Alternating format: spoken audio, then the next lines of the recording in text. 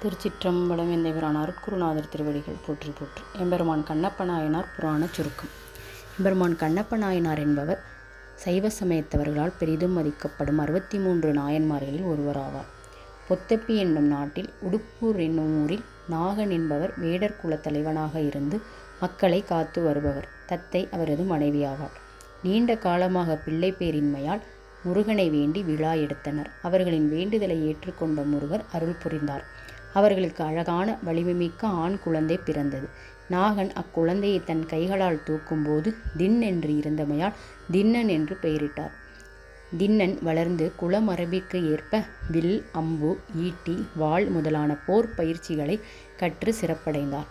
நாகன் முதுமை காரணமாக தன் பதவியினை தன் மகனாகிய தின்னனிடம் தந்து நாடாளும்படி பட்டம் சூட்டினார். இதனை கண்டு தேவராட்டியும் வந்து நலம் சிறக்க என வாழ்த்தி சென்றார். ஒரு நாள் தின்னன் நாணன், காடன் ஆகிய நண்பர்களோடு வேட்டையாடச் சென்றார். வேட்டைக்காக விரித்த வலைகளை அறுத்து கொண்டு ஒரு பன்றி மட்டும் ஓடியது. விடாது துரத்தி சென்று புதருள் மறைந்த அந்த பன்றியை தின்னன் தம் குருவாளால் வெட்டி வீழ்த்தினார்.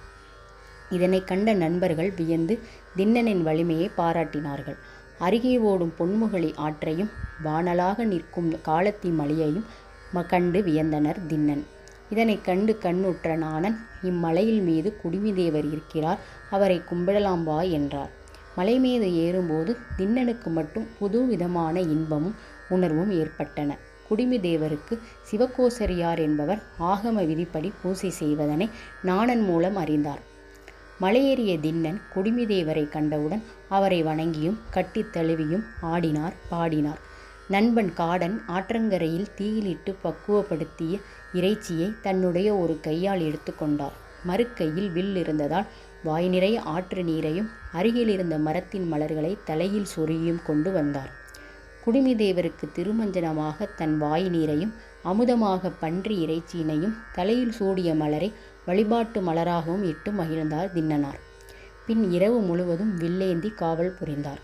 காலையில் குடிமிதேவருக்கு திருவமுது தேடி வர புறப்பட்டார். வழக்கம் போல பூசை புரிய வந்த சிவகோசரியார் இறைவன் மீது இருந்த இறைச்சி முதலியானவற்றை கண்டு வருந்தினார், புலம்பினார். பின் அவற்றை நீக்கி தூய்மை செய்து பூசனை புரிந்து சென்றார். அடுத்து தின்னனாரும் வந்து இறைச்சி முதலியனவற்றை வைத்து வழிபட்டார். மறுநாளும் இறைச்சி முதலியனவை இருப்பதைக் கண்டு வருந்தி சிவகோசரியார் இறைவனிடம் முறையிட்டு வீட்டிற்கு சென்று உறங்கினார். அவரது கனவில் சிவபிரான் தோன்றி தின்னனாரின் அன்பு வழிபாட்டை நாளை மரத்தில் மறைவில் நின்று பார்ப்பாயாக என்று கூறி மறைந்து அருளினார். 6ஆம் நாள் திருக்காலத்திநாதர் தின்னனாரின் அன்பின் பெருமையை காட்ட வழக்கண்ணிலிருந்து உதிரம் பெருகும்படி செய்தார். அதனை கண்ட தின்னனார் செய்வது அறியாமல் திகைத்தார். பின் தம் கைகளால் துடைத்தாலும் பச்சிலை இட்டாலும் நிற்கவில்லையே என வருந்தி நின்றபோது ஊனுக்கு ஊன் என்ற பழமொழி அவரது நினைவுக்கு வந்தது. உடனே தம் வழக்கண்ணை அம்பினால் அகழ்ந்து எடுத்து அப்பினார். உதிரம் நின்றுவிட்டது. இதனை கண்டு மகிழ்ந்தார், ஆடினார். சிவபிரான் இடக்கண்ணிலும் உதிரம் பெருகும்படி செய்தார். தம் இடக்கண்ணையும் பெயர்த்து எடுத்து அப்பினால் உதிரம் நின்றுவிடும் என்று உணர்ந்தார். தம் மறுக்கண்ணையும் பெயர்த்துவிட்டால் இறைவனின் இடக்கண்ணை சரியாக கண்டறிய முடியாது என்பதால் அடையாளத்துக்காக தம் காலின் பெருவிரலை இறைவனின் உதிரம் பெருக்கும் தம் கண் மீது ஊன்றிக் கொண்டார்.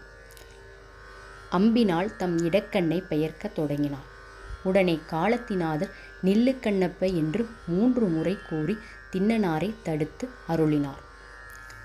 தம் வலது பக்கம் என்றும் இருப்பாயாக என்று கூறி அருளினார். இதனை கண்ட சிவகோசரியார் தம்மை மறந்து சிவனருளில் மூழ்கி திளைத்தார்.